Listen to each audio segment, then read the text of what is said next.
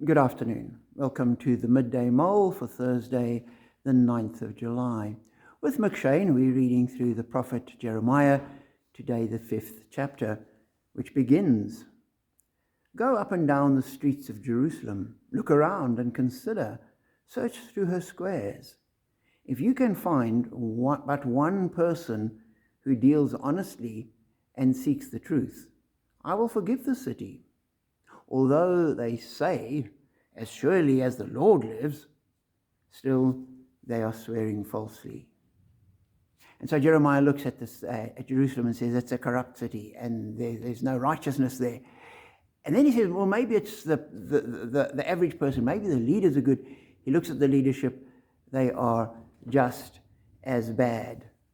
And then down at verse 28 we have, their evil deeds have no limit. They do not seek justice. They do not promote the case of the fatherless. They do not defend the just cause of the poor. Should I not punish them for this, declares the Lord?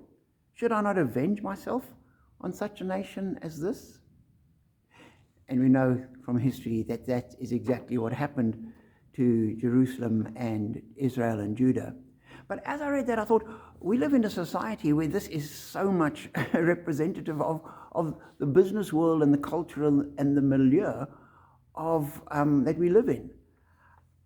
We do not have a business world which is marked with integrity, which is why so many contracts are necessary. I've just was praying with somebody whose husband was in a business and was suddenly accused of something with no evidence, suspended and trapped by a situation. I had people who had a contract and invested in it and got the contract going, and then the contract was just cancelled, and they were left high and dry with huge debt. And people think nothing of it. And it's not just the average person. Look to the leadership. Our president is still having to deal with a whole lot of money stuffed in her sofa, which he hasn't properly accounted for yet. And in the international sphere, Nigel Farage has just been exposed as receiving millions of pounds from someone and not declaring it. What's that person going to ask for from him when he gets into power? And it's even up to Donald Trump, who introduced a cryptocurrency a while back, changed the law, and has made over $1 billion. We live in a society which is not marked by integrity, which is not marked by seeking the truth, but is instead marked by corruption and self-interest. And if God judged Jerusalem, surely judgment on our culture and our society is going to come at some point. So what do? I think on the one hand, we pray for leadership. We pray that they got to raise up people of integrity. And when we have the opportunity, and we're going to have it shortly in South Africa, I think we need to be voting for the character of the person, not their policies.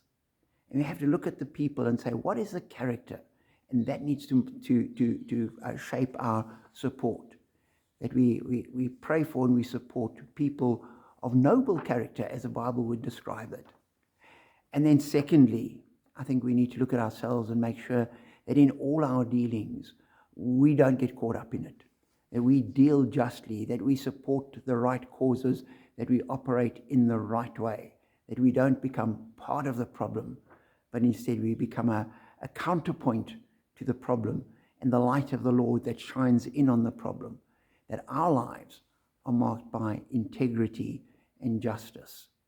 So a challenge to pray and to live right. And as we do that, we know that God is in control. God will watch over us. God will work his purpose out. And in that, we are blessed.